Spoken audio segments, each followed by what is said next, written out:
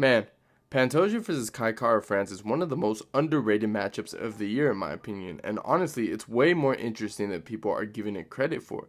Like, let's start with the obvious. Pantoja has pretty much beaten everyone in the division. He's running through killers. Brandon Moreno, he beat him like, 3 or 4 times already? He already got the belt, and if he beats Kai here, you could argue that he cleaned out the entire flyweight division. And here's the wild part. He's actually already beaten Kai before. It wasn't in the UFC exactly. It was back on the Ultimate Fighter years ago when both guys were really young and less developed. I think it was 2016 if I'm not mistaken. Henry Cejudo was one of the coaches.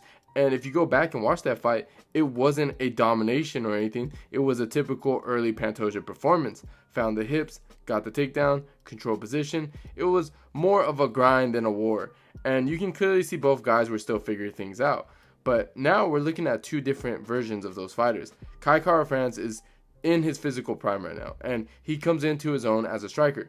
Sharp hands, explosive movements, great takedown defense. He's kind of that guy who can make a wrestler pay for a lazy entrance. But at the same time, we've seen him get taken down in a lot of his fights, even when he's defending well early. And then there's Pantoja, man. He's like that chaotic tank. He'll eat 3 punches to get to your hips and doesn't stop. Even when he gets stuffed, he just keeps coming. It's not always pretty, but that relentless pressure, cardio, and ability to find the back, that breaks dudes. That's how he's been winning fights, and if Kai slips up even a little, that's exactly what's going to happen. So yeah, even though they fought before, this rematch feels fresh, okay? It's a fresh fight. And with how close some of Pantoja's recent performances have been, especially that tight one against Steve Erceg, I don't think Kai should be counted out here at all. This one's going to come down to a few key scrambles, a few takedown attempts, and whether Kai can keep the fight standing long enough to make his striking count. It's going to be a super close fight, and honestly, it might be 50-50. Now, here's where it gets really interesting because, yeah, Pantoja beat Kai once before, but that was years ago, and this isn't the same Kai Kara France walking into the cage. This version of Kai we've seen over the past few years, he's a legit problem now, and I mean that seriously. There's a reason so many people, myself included, are calling this fight a lot closer than the odds are suggesting. I mean, for starters, Kai has evolved into a really dangerous technical striker. Like, the dude isn't just throwing hands to throw hands. He picks shots, he counters clean, he moves well, and he works the legs and the body early to slow you down. He's not just trying to headhunt and hope for a knockout, he breaks you down over time. And that's huge, especially against someone like Pantoja, who thrives in chaos.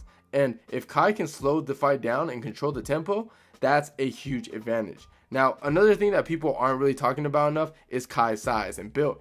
Even though he's shorter than Pantoja, he's got a longer reach. And that's going to matter when it comes to framing off, creating distance, and defending those takedowns. And more importantly, he's compact, which makes him harder to drag to the mat. That's a real factor here. Pantoja's been used to fighting guys like Brandon Royval, Steve Erceg, Kai Asakura, all taller, lanky dudes where the takedown entries are a bit easier to find.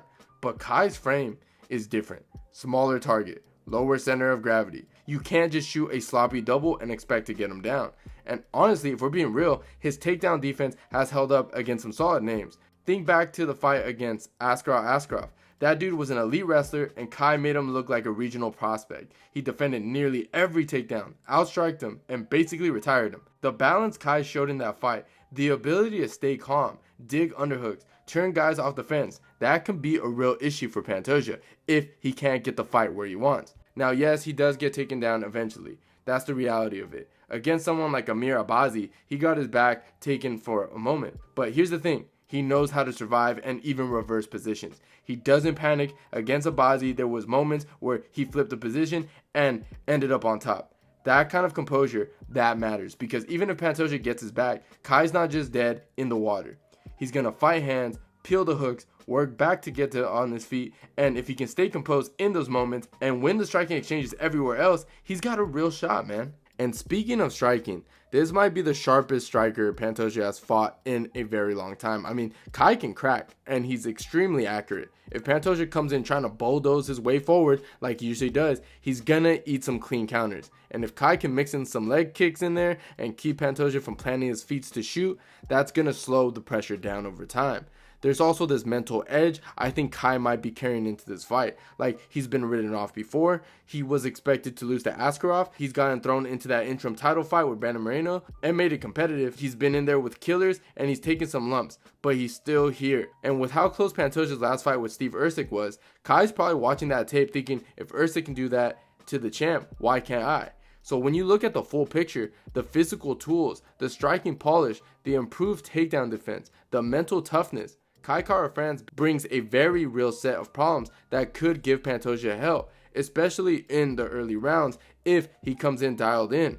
Take the center of the cage and punish Pantoja for those wild entries. This can be one of the biggest upsets this summer. But let's flip it now. Let's talk about what makes Alexandre Pantoja so damn dangerous and why, even with all those strengths that Kai has, he might still end up drowning in this fight. Because here's the thing about Pantoja. He doesn't win fights clean. He wins them by making them ugly. He drags you into a storm, makes you fight at a pace that you don't want. And before you know it, you're losing rounds, you're losing breath, and you're giving that position that you normally wouldn't. He doesn't care if he gets hit. He doesn't care if he gets a takedown, gets stuffed. And he's like a dog with a bone, to be honest. He's going to shoot again, push forward again, and look to take your back again. It's not about technical perfection. It's about pressure, persistence, and pure chaos. And I think one of the most underrated things about Pantoja is how he uses his chin as a weapon. And I don't say that in a careless way. But watch the tape. The dude literally eats shots to get closer. Like against Royval, against Moreno, he was walking through the fire to close the distance. That's something that makes him a nightmare to fight because you can hit him clean and he can just keep coming. If Kai isn't expected to land 1 or 2 big shots and get the respect, he might be in for a rude awakening. Pantoja doesn't really respect anyone's power, and when you really have that kind of durability paired with his relentless grappling, to me that's kind of terrifying.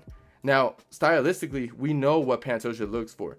He wants to pressure you to the cage, get to your hips, and drag you down or force you to give up your back during the scramble. That's his world. And even if the first 2 or 3 shots don't work, he doesn't give up. He'll chain wrestle, reset, clinch, shoot again, and just grind on you until something opens up. It's like this slow, suffocating process, and we've seen it work over and over again, even when guys defend it early. And once he gets your back, even if it's just for 30 seconds, he's already winning the round. Judges are scoring the control, submission attempts, the ground and pound, and that's where Kai can lose this fight. Not because he got dominated, but because he loses those little moments. A minute of back control here, 2 minutes of cage pressure there, an awkward takedown at the end of the round, and suddenly he's down 2 rounds on the scorecards before he even realized it. And that's what's so sneaky about Pantoja. He doesn't need perfect entries. His game isn't about hiding behind a jab or setting traps, feints. He's just crashing forward, grabbing something, and goes to work. And yeah, his entries are kind of wild, sometimes borderline reckless, but they work because of the pressure he creates before that moment. He forces you to move backwards, he forces you to react, and then he shoots. And once he gets you to the cage, he'll trip you, throw in the hooks, wrap around your waist. He'll do whatever it takes to start the grappling chain. And let's not forget how elite his control is. Once he gets on your back, it's not just stalling, he's consistently threatening. Rear naked chokes, elbows from behind, wrist control to open shots. Even if he doesn't get the finish, it's dominance. And once you've had him on your back once, it messes with you. Every scramble after that, you're second guessing yourself, and that hesitation is all he needs. Another thing about Pantoja is that he knows how to win rounds. He doesn't need a highlight reel finish. He'll take your back, land some shots, ride it out, and blank point. And even when he gets tired, and make no mistake, his gas tank isn't perfect, he still pushes through. You can see him biting down on the mouthpiece, still going after takedowns in round 4 and 5, still making the fight ugly. He might not be winning those rounds pretty, but he's still in your face, still controlling the pace, still dragging you into hell. And that's the X factor here, man. Kai Kara-France might be more skilled in certain areas, but Pantoja, he knows how to make you play his game. He's going to test your gas tank, your composure, your ability to survive bad positions. And if Kai slips even once, if he gives up his back or lets himself get walked down too long, that could be the round, or worse, the whole fight. Who can more consistently force their style on the other guy? It's probably still Pantoja. If he walks Kai down, tanks the early shots, and still chaining takedowns off the fence, I could see him running away with the later rounds and winning a 48-47 in a grimy, grind out kind of decision. So when it's all said and done, when you look at the skills, the styles, the momentum, the mental toughness, the history, and everything that makes this matchup such a compelling 50-50, I'm still leaning towards Pantoja to get the win. And I'll tell you why. It's not just that he beat Kai Kara-France before. Like we said earlier, that fight was forever ago. It was on The Ultimate Fighter. Both guys were young, less experienced, and honestly, that's the fight that doesn't mean much now. What does matter is how both these guys have evolved since then. And that's the key difference to me. Pantoja forces his style on people more consistently than Kai does. That's what makes the difference, because let's be real, Kai Kara-France is dangerous. He might be the cleaner striker, the more athletic guy, the better technician in open space. But when the fight gets chaotic, when it gets dirty, when it's no longer about technique and it turns into who can survive the storm, that's Pantoja's fight all day. That's where he thrives, and that's where he usually pulls away. Because what I see happening in this fight is that Kai's going to have his moments early. He's going to come out all sharp. He's going to land leg kicks, body shots, and catch Pantoja a few times clean. He might even win a round, one decisively, you know? And we're going to be sitting thinking, man, Kai looks dialed in tonight. But here's the thing about Pantoja. He doesn't need to win the first round. He doesn't even need to win the second clean. He just needs to make you work. And that's the trap. You win the early exchanges, but in the process, you're spending energy defending takedowns, peeling hooks, getting pushed to the fence, and slowly, round by round, Pantoja turns up the heat. Eventually, Kai's legs are going to start slowing down. His movement's going to get a little less crisp. His hands start dropping a little after each scramble. And Pantoja, he's still there. He's still throwing, still shooting, still walking him down. Even when Pantoja looks tired, he's still fighting through it. That's the thing that people are forgetting. His cardio isn't perfect, but his will to win is insane. He just keeps going. And by round 3 or 4, I think we start seeing those grappling exchanges swing in Pantoja's favor. Maybe he's finally getting his back. Maybe he's holding it for 2 minutes and throwing in rear naked chokes. Maybe he doesn't even get close to finishing it. But the control is there. The optics are there. The damage is there. And Kai, he's surviving, but he's losing the rounds. He's not getting blown out, but he's being edged in the margin, you know? And unless Kai hurts him badly or drops him, which is a possibility, don't get me wrong, I don't see him doing it enough to win at least 3 rounds of the fight. Especially when Pantoja starts getting those takedowns, even if they're sloppy, especially when he starts chaining them together. Submission attempts, ground strikes, that stuff sticks in the judges' minds. It'll still rounds, and I can just feel it. I can see a 48-47 scorecard coming out at the end of the night. Now, could Kai win this fight?